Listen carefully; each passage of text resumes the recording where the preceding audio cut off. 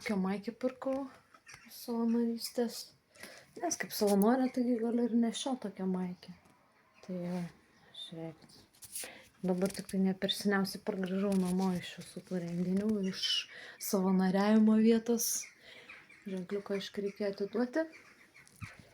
Bet vienas dalykas, savanoriavau. Bet kojas jaučiasi, biški jaučiasi. Nieko. Gauda, pasidėt gauda šiek tiek vis tiek. Bet jaučiasi, aišku, darbas.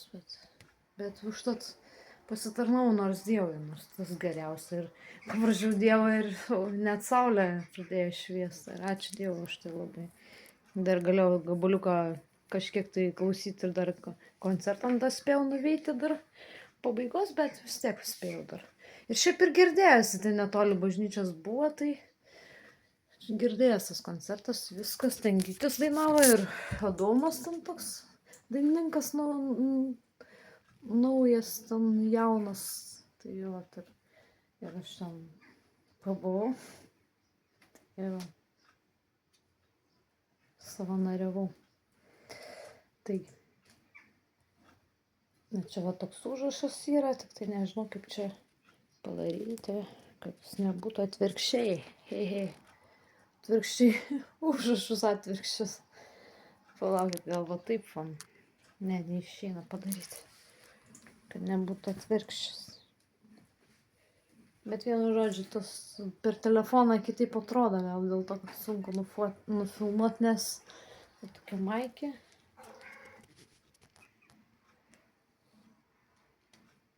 Taip atrodo.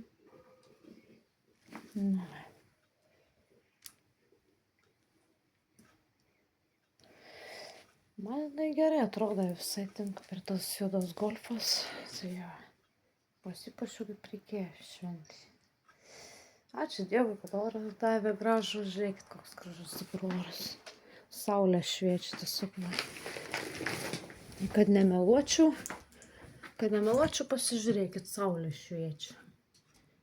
Saulė šviečia, va matot, kaip gražu. Tai nes jeigu nebūčiau prašus, tai oro nebūtų. Zitutė tai prašė, tai jai neišpildė Dievas norą.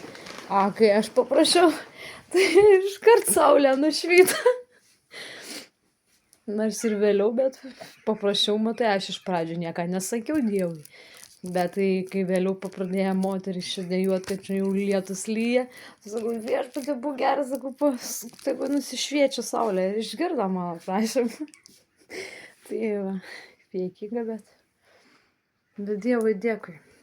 Bet Dievui dėkui už viską. Tai jau. Ačiū savanoriam visiems tiem, kurie buvo prisidėję visi. Daug čia žmonių buvo tų savanorių ir kitų palapinių. Visi darbams kažkiek, kas kam galėjo, kaip išėjo, taip ir padėjo, vienu žodžiu, sklandžiai, bet tik kad lietus buvo iš pradžio labai iš ryto, paskui jau po pietų jau sakau, kai mano maldas išgirdo Dievas, tada pradėjo šviesti ir saulė, tai dar biškai ir Dievui net padėkoja, ir dainininkas net. Tai kaip darbom visi savanoriai ir gerai, aišku. Tai va, ačiū jiem už viską, dekanatui Rokiškė visiems, kunigam, vyskupam, ačiū labai už kad atvažiavo viską taip suorganizavo Rokiškis, viską taip labai gerai. Paminėjimas Rokiškė dekanato 100-metis. Tai va, kaip Panevėžys šventė, taip ir Rokiškis šventė. Pagerbė. Tai va tiek.